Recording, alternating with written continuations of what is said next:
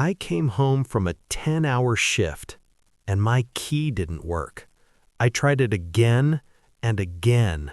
Then my wife opened the door, looked me dead in the eye, and said, "You don't live here anymore." And then she closed it, just like that. 10 years of marriage, 2 kids inside that house, and I was standing on my own porch like a stranger. But here's the part that'll make your jaw drop. She wasn't wrong to do it. Let me take you back to the beginning.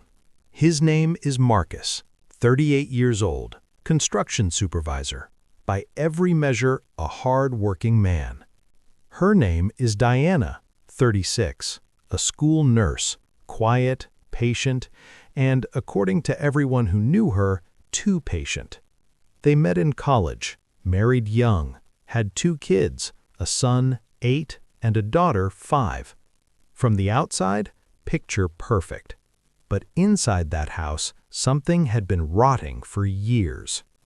Marcus had a habit, a bad one.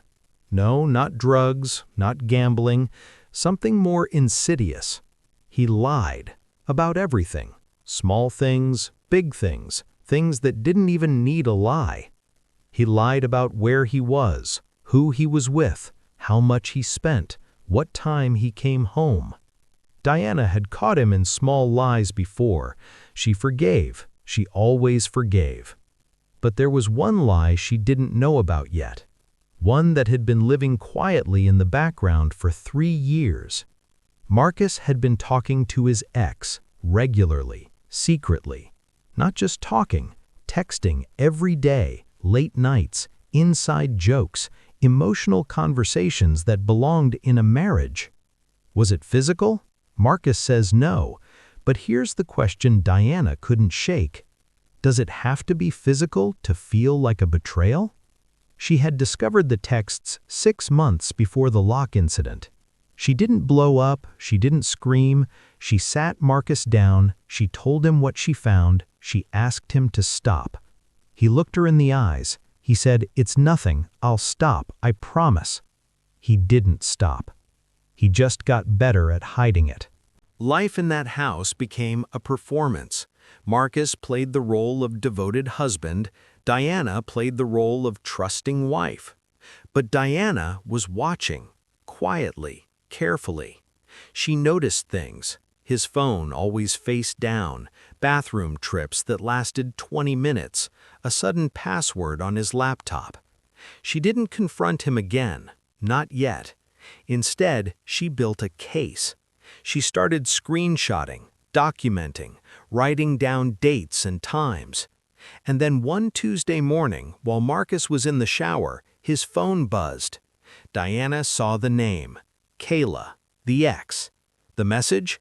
"Last night was everything. Miss you already." Diana put the phone down. Her hands were shaking.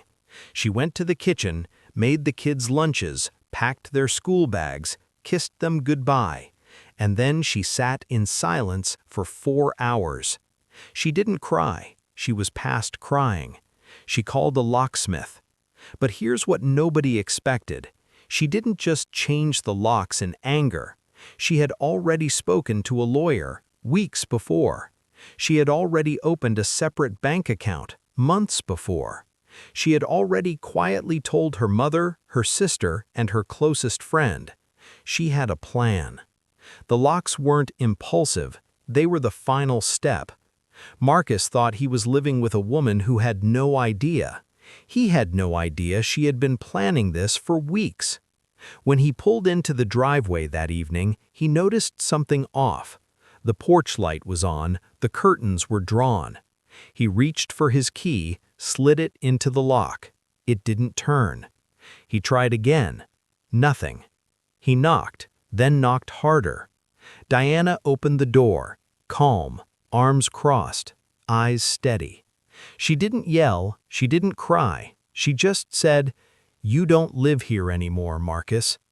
And before he could speak, she handed him a manila envelope.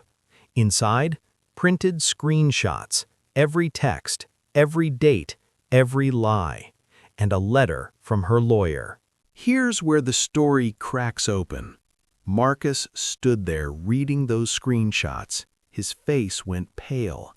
But then he said something that changed everything. He said, "Diana, I was going to tell you. Last night, I ended it. For real this time. I told Kayla it was over." Diana stared at him. "Last night," she repeated slowly. He nodded. "I swear, I ended it last night. I was going to tell you tonight. I was done. I chose you." Diana was quiet for a long moment. Then she said, "I know." Marcus looked confused. She said, "I know you ended it last night because Kayla texted you this morning to say goodbye, and I read it." Silence. "So you ended it," Diana continued, "after 3 years, after you promised me 6 months ago, after hundreds of lies. You finally ended it, and you want credit for that?" Marcus started to speak. She stopped him. "The locks aren't about Kayla, Marcus. I've already forgiven Kayla. The locks are about you looking me in the face and lying, again and again, while I raised our children, while I trusted you, while I quietly fell apart." And then, the moment that broke the internet when this story was shared. Diana reached into her back pocket. She pulled out a small notebook. She held it up. "Every time you lied to me, I wrote it down. I have 214 entries, Marcus. 214 times I caught you in a lie and said nothing, because I loved you, because I was trying." She put the notebook back in her pocket. "I'm done trying." And she closed the door. Marcus didn't leave, not right away. He sat on the porch steps for 2 hours. His neighbors saw him. Nobody said a word. Eventually, he texted Diana, "Please, can we talk? For the kids." She replied, "My lawyer will be in touch about the kids. You can see them this weekend." He texted back, "Diana, I love you. I made the worst mistake of my life. Please don't do this." She didn't reply. He called her mother. Her mother said, "She told me everything, Marcus. Give her space." He called his own mother. She said, "What did you do?" That night he stayed at a hotel. He posted nothing on social media. He called in sick to work the next day. And for the first time in 3 years, he sat alone, with no one to text, no one to lie to, just himself and the weight of what he had destroyed. 3 days later, Diana allowed a phone call. He asked, "Is there any chance?" She was quiet. Then, "6 months ago, yes. Last night, no." "You always had the chance, Marcus. You just kept choosing not to take it." He asked about the kids. She said, "They're fine. They miss you. I won't turn them against you. But I need you to understand. I didn't change those locks to punish you. I changed them because I finally chose myself, for the first time in 10 years." And Marcus, for the first time, had nothing to say. So now it's time to ask the question this channel lives for. Was Diana right? Let's hear both sides, because that's what we do here. Team Diana says she gave him chances. She communicated clearly. She didn't act on emotion. She built a plan, protected her children, and finally drew a boundary. The locks weren't revenge. They were self-respect. Team Marcus says he did end it. He was about to come clean. He never crossed a physical line. Doesn't 10 years of marriage deserve one more conversation before the locks get changed? Here's my take, and you can fight me in the comments. Diana didn't leave because he had an emotional affair. She left because he made her feel crazy for trusting him. She left because she had to investigate her own husband. She left because 214 lies will break something in a person that love alone cannot fix. And here's the hardest truth. Marcus ending it with Kayla was real. His regret was probably real. But Diana's peace was also real. And sometimes two real things can exist at the same time. His remorse and her exit, both true, both valid. So I'm asking you, was Diana right to change the locks without warning?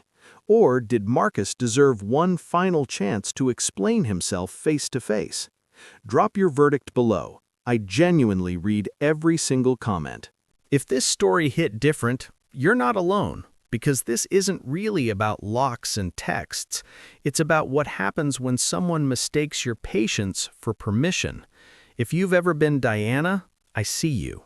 If you've ever been Marcus, it's not too late to be better. This is Confession Verdict, where real stories meet real judgment. Hit that like button if Diana made the right call. Subscribe if you want more stories that make you think, feel, and talk.